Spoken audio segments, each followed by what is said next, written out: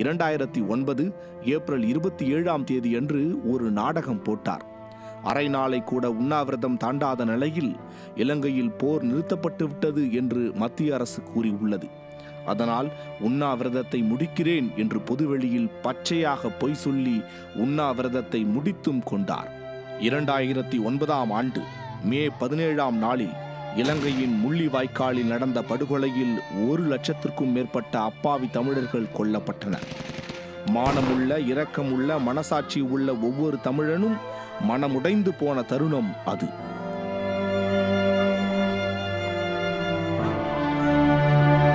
இலங்கை தமிழர்களின் விரோதியான காங்கிரசும் அவர்களை நம்ப வைத்து முதுகில் குத்திய துரோகியான திமுகவும் இப்போது மீண்டும் கூட்டணி வைத்துள்ளனர்.